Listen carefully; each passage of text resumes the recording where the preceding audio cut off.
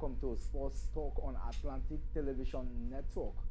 On the menu, Bayelsa wrestler wins first national title. Australian tennis star withdraws from the US Open, and in football, Spain sets new record at the ongoing FIFA Women's World Cup. Details of this and many more will be yours in our jiffy. Don't go anywhere, I'll be back, and then we'll have so much to talk about in sports this morning.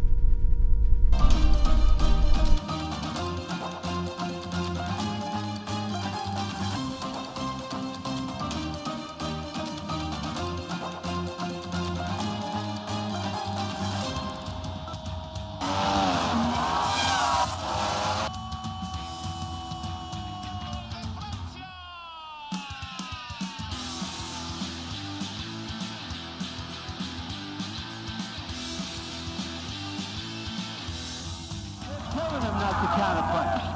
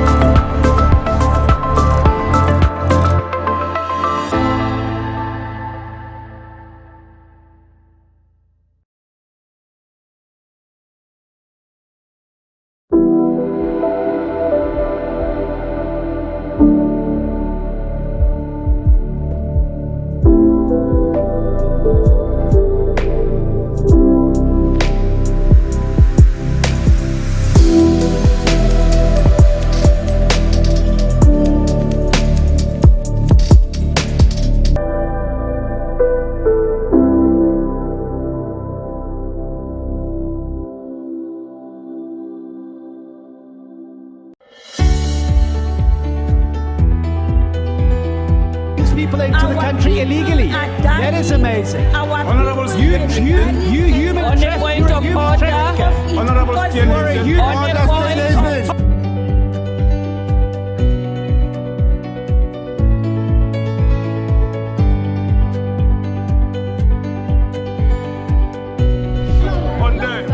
they are not picking our calls. They made up their minds. So no agreement with the EU, but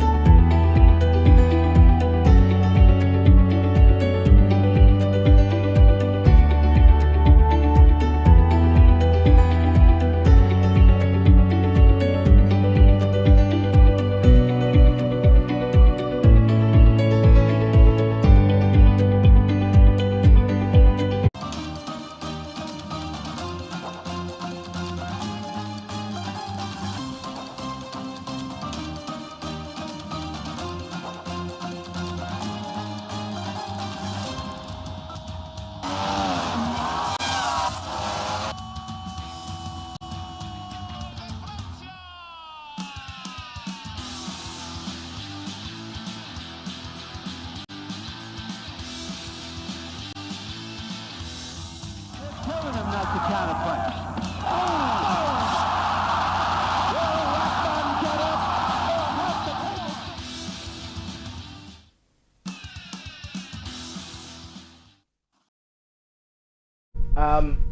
Athletics now. Ekpo Temple is the name, and I'm sure that we'll have some more to talk about in the next few minutes. As Nigerians closely await the ruling of the Athletics Integrity Unit on women's 100-meter hurdle world record holder Tobilola Motion, the Athletics Federation of Nigeria says it is expecting the verdict in the next 6 days of this year's World Championship, which will hold from August 19th to 27 in Budapest, Hungary. With 8 days to the championship, Motion's chances of defending the title, as she won in Oregon last year, is hanging in the balance after she was provisionally suspended by the AIU last month for missing 3 tests. The AFN released the list of athletes that would represent the country at the championship on Tuesday, and the world champion was excluded from that list. Although we'll hear or learn that her name was on the entry list sent to the World Athletics by the AFN. Her name was also published among athletes for the games by the World Athletics on Thursday, or pending AIU ruling. He also said that the 26 athletes that would represent the country at the championship will not be counted, but rather converge in Budapest to put finishing touches to their preparation. A lot of reaction has trade this particular one. A lot of people think that it will be it will be huge not getting to see Motion there. And you understand why? Because Tobilola Motion won Nigeria's only 2 medals at the championship last year. She raced to a new world time of 12.12 seconds in the semi-final before running 12.06 seconds in the final to clinch the gold and became Nigeria's first ever world champion and record holder in athletics, while Brube got silver medal in the long jump event. What a feat for her, yeah, I tell you for sure, and she will not be there anymore to hold on to this. So let's move over now to wrestling, and Bayasa's brave man Peribo won his first national title at the ongoing second Governor D.A. Diri National Wrestling Classic. Brave man Peribo defeated Aiba Sesi of Delta State 7 to 4 points in the men's 74 kg freestyle event at the indoor sport complex of Samson Siasia Stadium yesterday. An elected Peribo said his next target is to win a medical for Nigeria at the forthcoming African Games in Ghana. He said the victory at the Governor D.A. National Classic has spurred him to put more effort into his training. And a reaction I've continued to this one, that Tony Alambo, who was supposed to join us this morning, has also communicated that it was a beautiful time yesterday at the grand finale of the one-week classic there in Yenagoa. Let's move over to some handball news. Nigeria made it a hat-trick of victories and have qualified for the final of the International Handball Women's Trophy Africa Continental phase, which is ongoing in Abidjan, Ivory Coast, after defeating Rwanda 38-30 on Tuesday. The national under-18 girls team expected a tough encounter against Rwanda, and it showed in the first half, where Nigeria edged their opponent with a narrow 18-15 score after an end-to-end fantastic game of handball from the both sides. The second half saw tactical change, and Nigeria were more purposeful in defense as they won the half 2015 to ensure a 38-30 victory. Nigeria's Prudence Onyechukwu Samuel was named the most valuable player of the match. Nigeria will play in the final, most likely against Guinea, on Saturday at exactly 3 p.m. Moving on, tomorrow is a big bout between Anthony Joshua and Robert Helenius, and a lot of reactions, continues to trail the issue of, failed test or drug abuse by that man Dylan White, and what next for the boxers in the heavyweight division. But tomorrow at the O2 Arena, Anthony Joshua will square up against Robert Helenius, one man who is highly dreaded. Has fought 32 times and has lost 4 times. It shows you that everything is at stake for tomorrow's bout. But let's go our finger crossed, and let's see how that one will go. Let's talk tennis now. And in tennis, we have a lot going down there. The preparation for the US Open, and then Nigrikos has withdrawn from the US Open due to injury.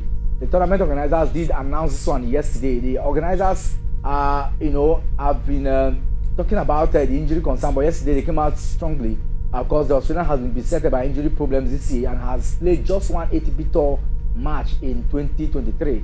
Because Mr. Webidon with a wrist injury, while Newell and foot injury kept him out of the Australian Open and French Open respectively. The 28-year-olds lacked time off the court, and having not been part of it anymore, it's unlikely to really see how far they will go. The US Open comes up next month, and we'll keep our finger on that particular one. One thing certain about Negrikos is that he will likely be dropped out of the top 10 when the world rankings are updated next week, Monday. With that now, we'll look at what is happening in Nigeria, because it's at the big period where we'll look at happenings, key major happenings, and of course we'll look at the football matters. We hear that 26th of this month, the Nigeria Premier Football League will come to reality.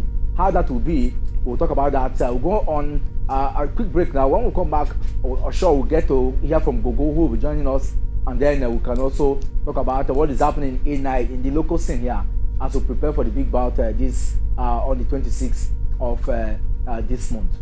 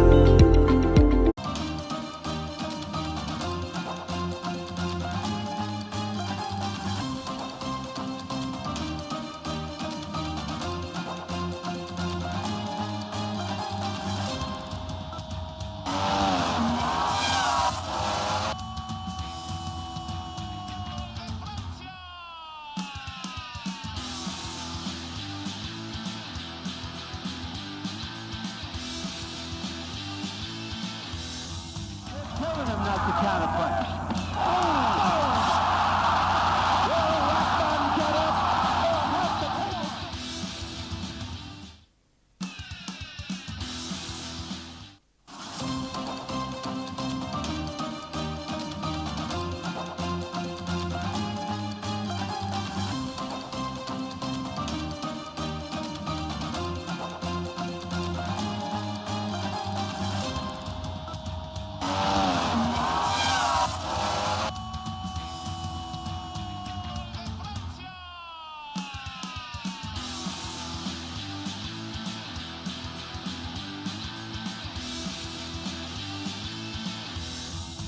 Killing him, not the counterpunch.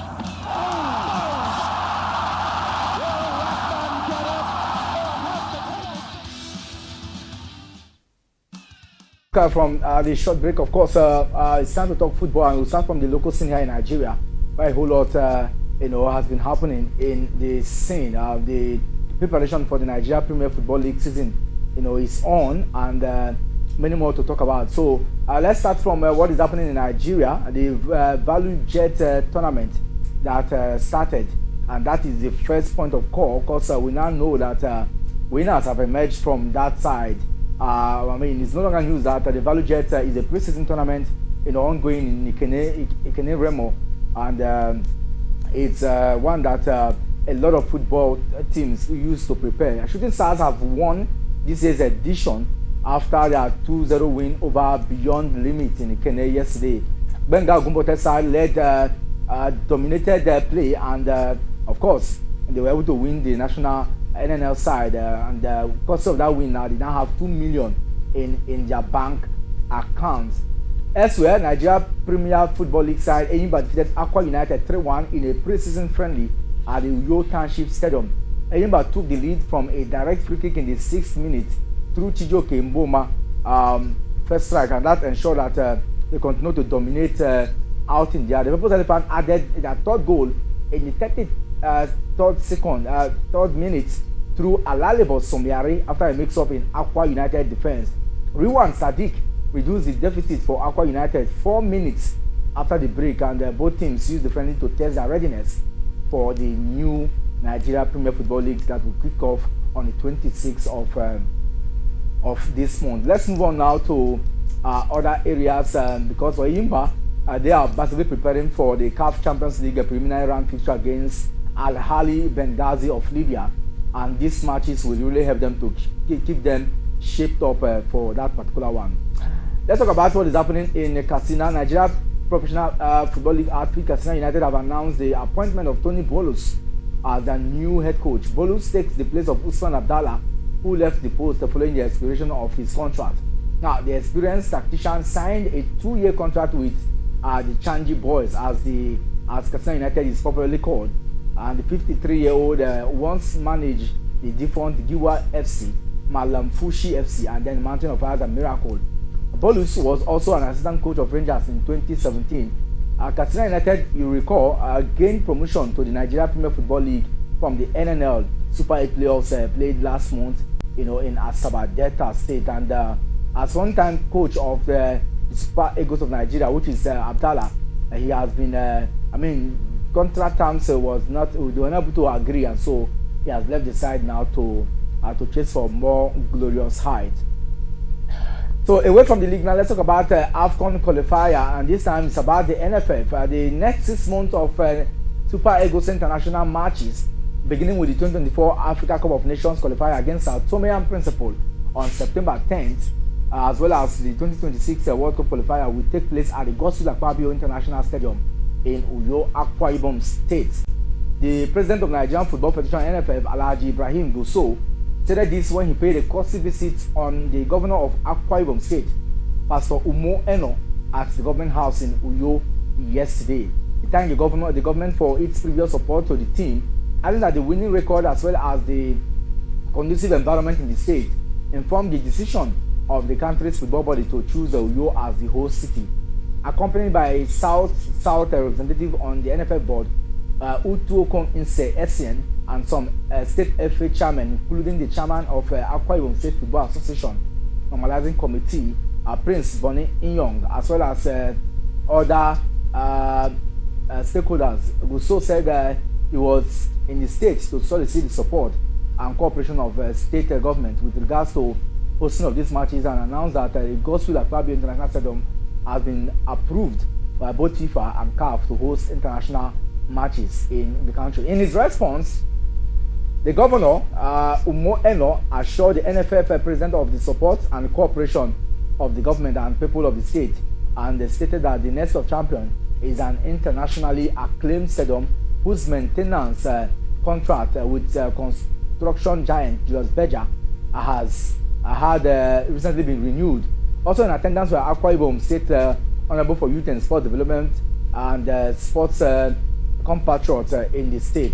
We also hear that Paul Bassi and members of Akwa Ibom State Football Association Nominalizing Committee was part of it, and so we'll keep our finger crossed and see how far this will go. We hope that with the agreement yesterday now, certainly everything will be fine, and it will be glorious to really see how this outing will all pan out.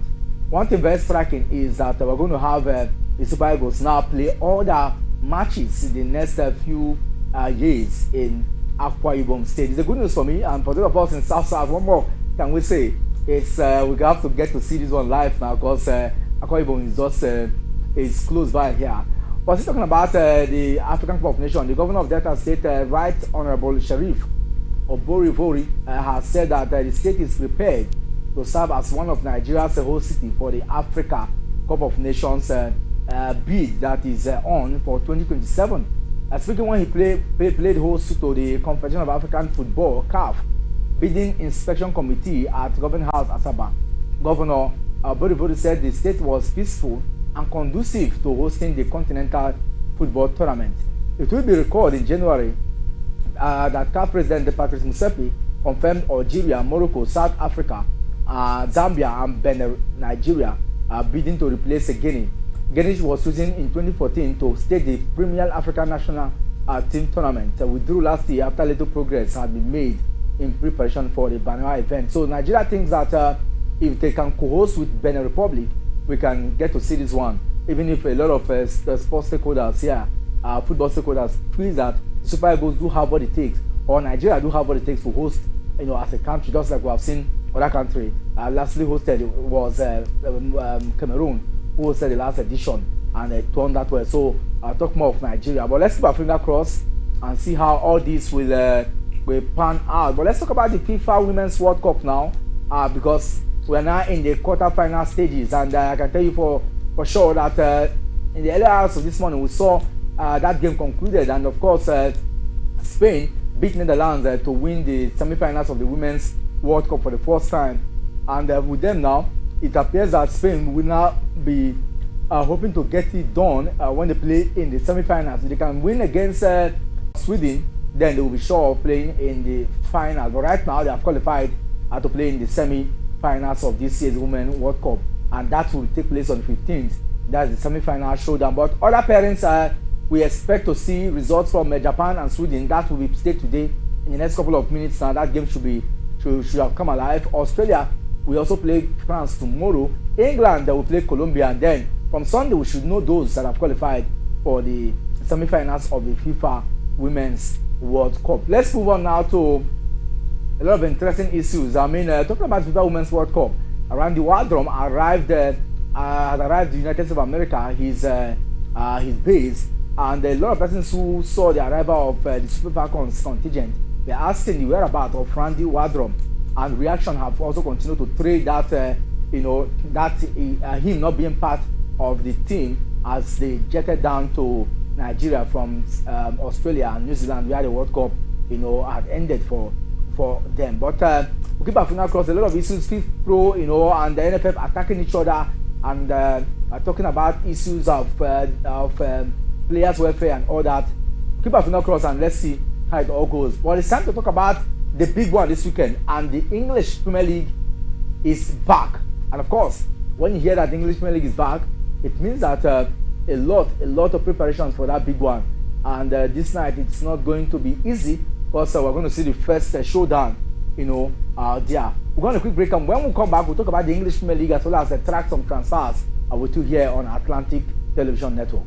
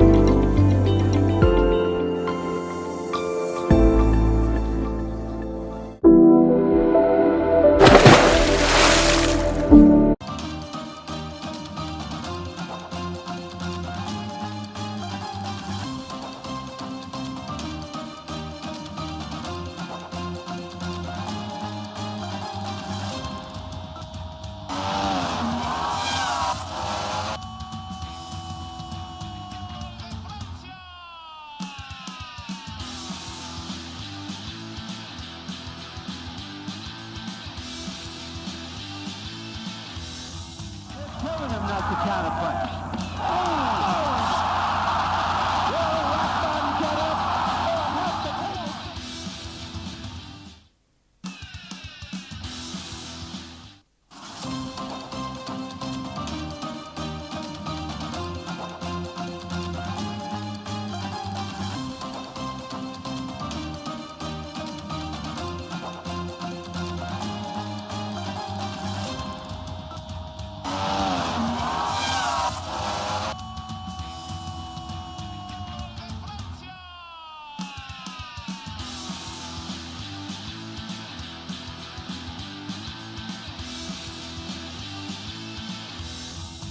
Telling him not to counter punch.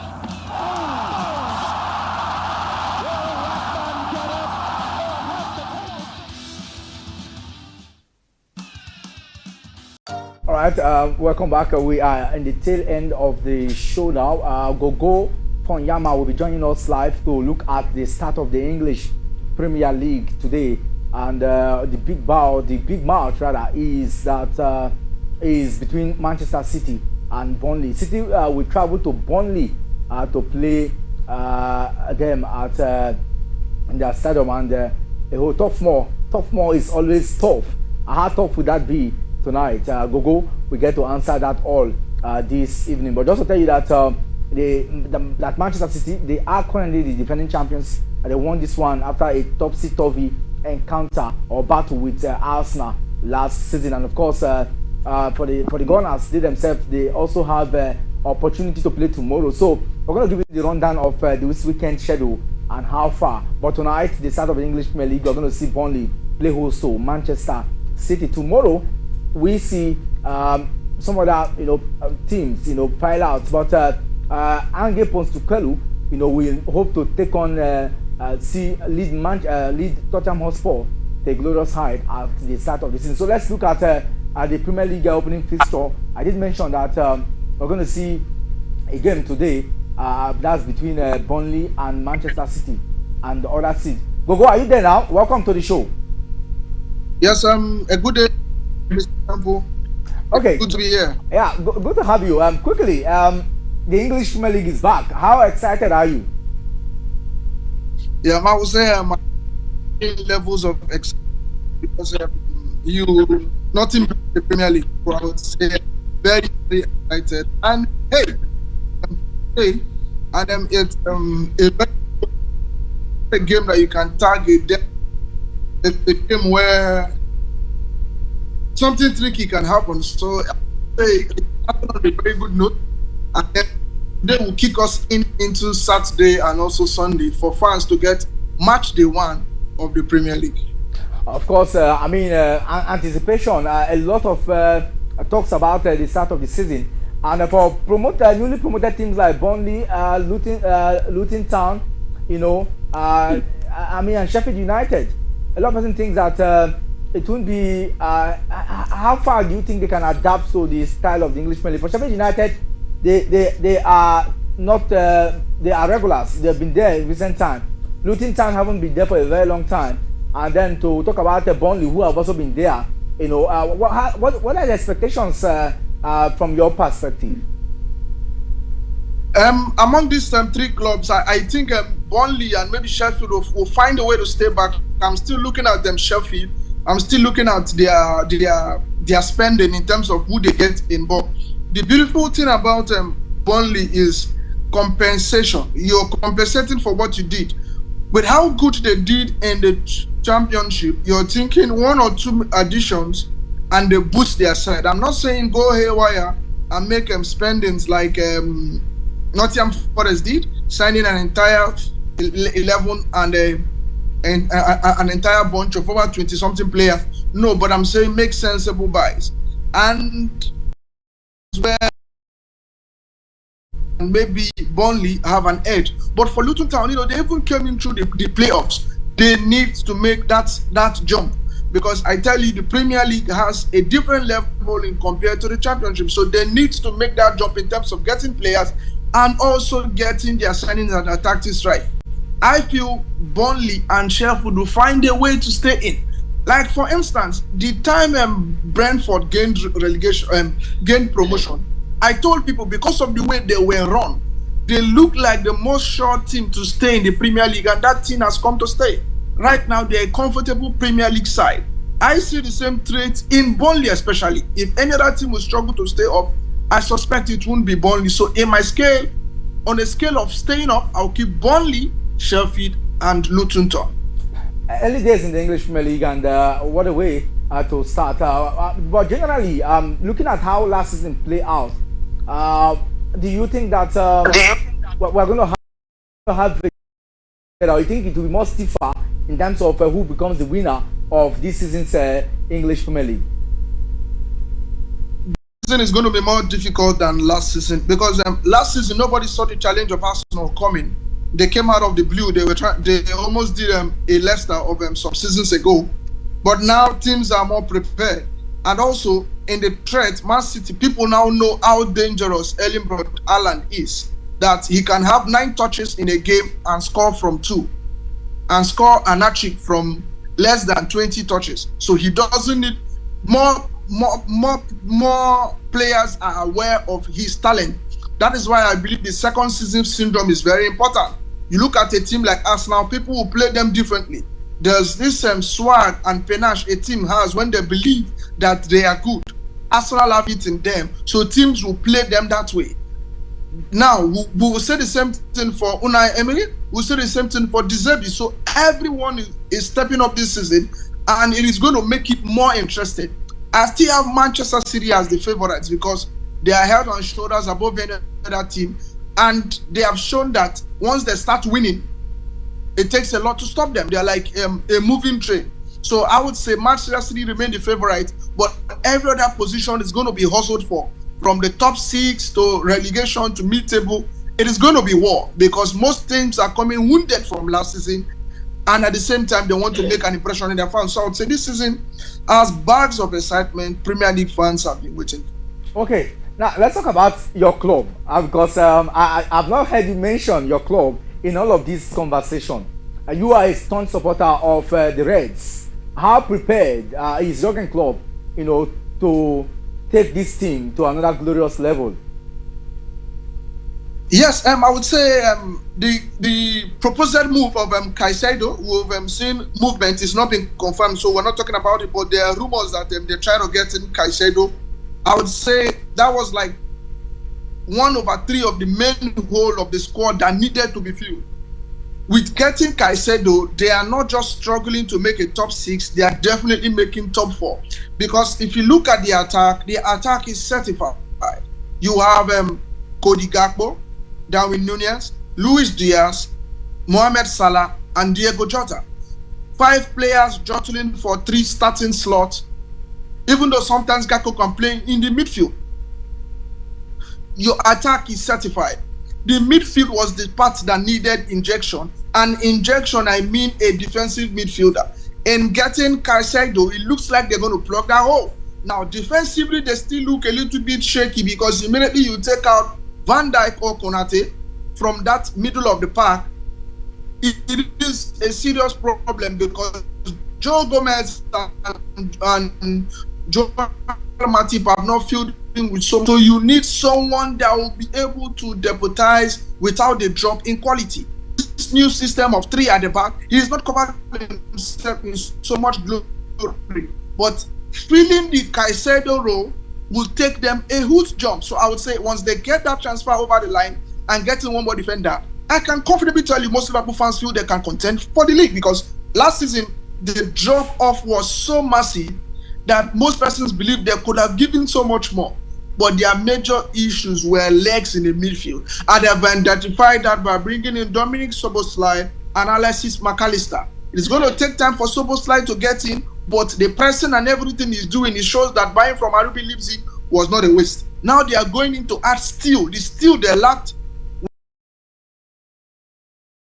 And when Henderson,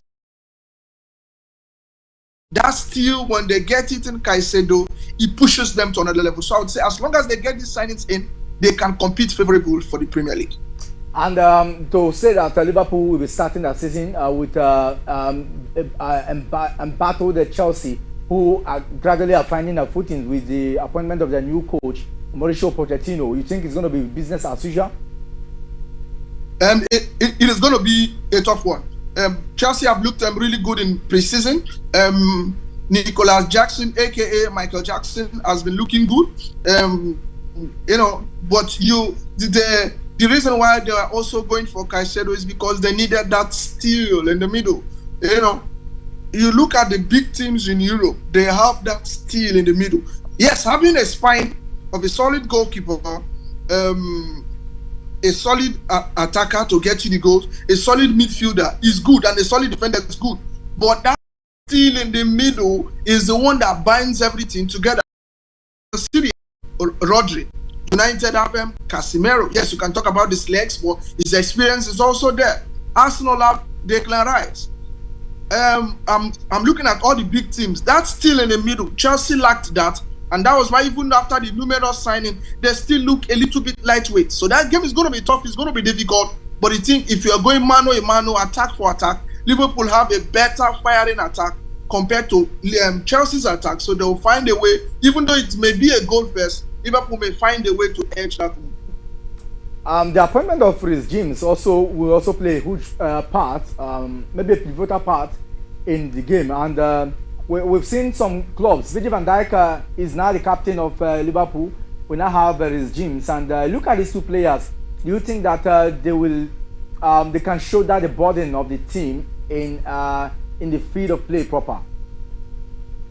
For Van Dijk, I would say it's an easier job, because for him, it was already the standing captain outside Jordan Henderson and James Milner. It was the next in command. But for a player like Reece James, he's one. I would say for Reece James, his major battle right now is not captaining his side. He's been fit and being available. He's been so unlucky with injuries. He's a player with so much massive potential, someone you just love to see play. But the injuries are bedeviling him to a point where you just wish he could stay fit for just half a season and not get injured. But that is not coming. For Chelsea, you look at the squad and you say, besides Thiago Silva, how many leaders do they have in that dressing room? And that was one of the problems. Yes, sometimes change is good, but sweeping change sometimes can be drastic. So giving a player